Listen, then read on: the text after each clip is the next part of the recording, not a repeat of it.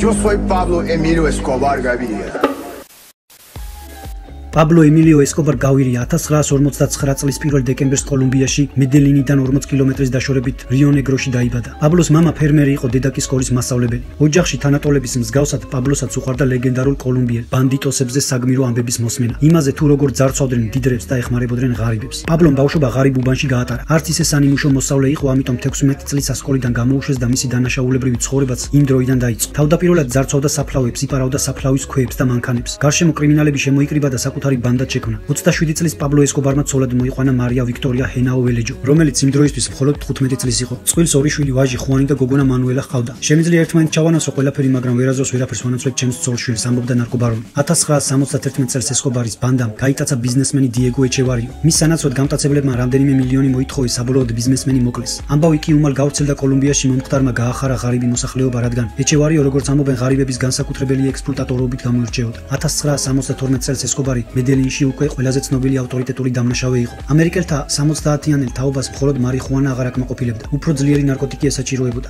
მალე ამერიკაში გაჩნდა კოკაინი, რაზეც პაბლომ თავისი დანაშაულებრივი ბიზნესის საწყობა დაიწყო. ცოტა ხანში ესკობარი კოლუმბიის კოკაინის ინდუსტრიას თითქმის სრულიად აკონტროლებდა. მოგვიანებით მან და მასთან დაახლოებულმა სამმა ბიზნესმენმა შექმნეს მედელინის ნარკოკარტელი. ეს იყო უმსხვილესი კარტელი, რომელიც ამერიკის შეერთებულ შტატებში კოკაინს ავრცელებდა. კოკაინის გადასატანად ისინი თვითმფრინავებსა და წყალქვეშა ნავებსაც კი იყენებდნენ. პაბლო ესკობარმა ბედი პოლიტიკაშიც სცადა, მან თავისი კანდიდატურა კოლუმბიის კონგრესში წარადგინა და 22 წლის კონგრესმენის შემცვლელი გახდა. კონგრესში არჩევის შემდეგ ის კოლუმბიის პრეზიდენტობაზე ოცნებობდა, მაგრამ საარჩევნო რბოლაში კოკაინის ბინძური ფულის ჩადების წინააღმდეგ იუსტიციის მინისტრმა როდრიგო ლარა ბონიამ ფართო კომპანია გააჩაღა. ამის გამო 1984 წელს ესკობარი კოლუმბიის კონგრესიდან გარიცხეს. სრულიად მოულოდნელად იუსტიციის მინისტრი მოკლეს. შურიზიების კვალი, რა თქმა უნდა, კი ესკობართან მიდიოდა. 1990-იან წლებში ამერიკის პრეზიდენტი რეიგანი ნარკობარონთა წინააღმდეგ ილაშქრებს. ის ავალებს სამართალდამცველ უწყებებს ბრძოლას ნარკობარონთა წინააღმდეგ არა მარტო აშშ-ში, არამედ მის ფარგლებს გარეთაც, მათ შორის კოლუმბიაშიც. ამერიკელებმა კოლუმბიის ხელისუფლებას ესკობარისა და რამდენიმე მსხვილ ბიზნესმენის გადაცემა მოსთხოვეს. სამართალდამცავთა მცდელობების მიუხედავად პაბლომ შეძლო და პოლიციას დაემალა. ის მხოლოდ ერთი პირობით ჩაბარდებოდა თუ კოლუმბიაში მოიხდიდა სასჯელს და არ მოხდებოდა მისი ექსტრადირება აშშ-ში. ესკობარმა რამდენჯერმე შეძლო ციხისთვის თავის დაღწევა, საბოლოოდ კი 1991 წელს ის ჩაბარდა ხელისუფლებას. თუმცა ციხეც კი, სადაც ის ჩაჯდა, მისი საკუთრება იყო და ნამდვილად არ ჰგავდა ციხეს.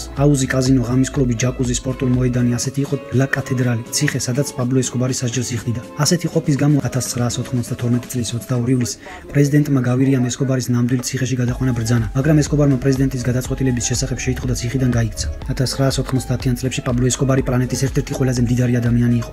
მისი სიმდიდრე 30 მილიარდ დოლარს აღემატებოდა. ის ამერიკის ძებნილი ნარკობარონების სიას ედგა სათავეში და მსოფლიოში ყველაზე ცნობილი დამნაშავე გახდა. 1993 წლის 1 დეკემბერს ესკობარს 44 წელი შეუსრულდა. იცოდა რომ ეძებდნენ, ამიტომ ცდილობდა ტელეფონით ნაკლები ელაპარაკა, თუმცა ოჯახის მონატრებამ თავის იქნა და ვაჟს დაურეკა. პოლიციამ მას მარტივად მიაგნო სახლს, რომელშიც ესკობარი იმალებოდა. სპეცრაზმელებმა კარი შეამტვრიეს და შიგნით შეიჭრნენ. ესკობარის მცველმა პოლიციელებს ცეცხლი გაუხსნა, თვითონ მძიმედ დაჭრილი ფანჯრიდან გადმოვარდა. ესკობარმა გაქცევას სცადა და ფანჯრიდან სახურავზე აძვრა. გაისმა სროლის ხმა და ესკობარი უგუნო დაეცა. არსებობს ვარაუდი, რომ ის სნაიპერს ტყვია მიმსხვერპლა, თუმცა ზოგი ფიქრობს, რომ დონ პაბლომ თავი მოიკრა. იმავე წლის 3 დეკემბერს ათასობით კოლუმბიელმა მედელინის ქუჩები გააავსო. ესკობარის დაკრძალვას 25000 ადგილობრივი მაცხოვრებელი დაესწრო. ზოგი ნარკობარონის სიკვდილს განიცდიდა და სხვები კი სიხარულს გამოხატავდნენ. გავრცელებული ხმებით ესკობარს 4000 ადამიანი ხავს მოკლული, მათ შორის 200 მოსამართლე, 1000 პოლიციელი, ჟურნალისტები და ხელისუფლების წარმომადგენლები. ზოგჯერ ვფიქრობ, რომ ღმერთი ვარ თუ ვიტყვი, რომ რომელიმე ადამიანი უნდა მოკვდეს, ის იმავე დღეს კვდება. როდესაც ესკობარის ოჯახი სამართალდამცავებს ემალებოდა, პაბლოს ქალიშვილი მანუელა ავად გახდა. შვილი რომ გაეთქო, ესკობარმა 2 მილიონი დოლარი დაწვა. იმისათვის, რომ ხელისუფლებას ექსტრადიციის შესახებ კანონი შეეცვალა, ესკობარმა კოლუმბიას 10 მილიარდი დოლარი შესთავაზა. მთელი 7 წლის განმავლობაში ესკობარი ჟურნალ ფორბსის სიაში უცვლელ ადგილს იკავებდა, როგორც ყველაზე მდიდარი ადამიანი მსოფლიოში. ესკობარის ბიზნესი დიდი და მრავალფეროვანი იყო, ის მოიცავდა მანქანებს, თვითმფრინავის ვერტფრენებს, ნავებს, მან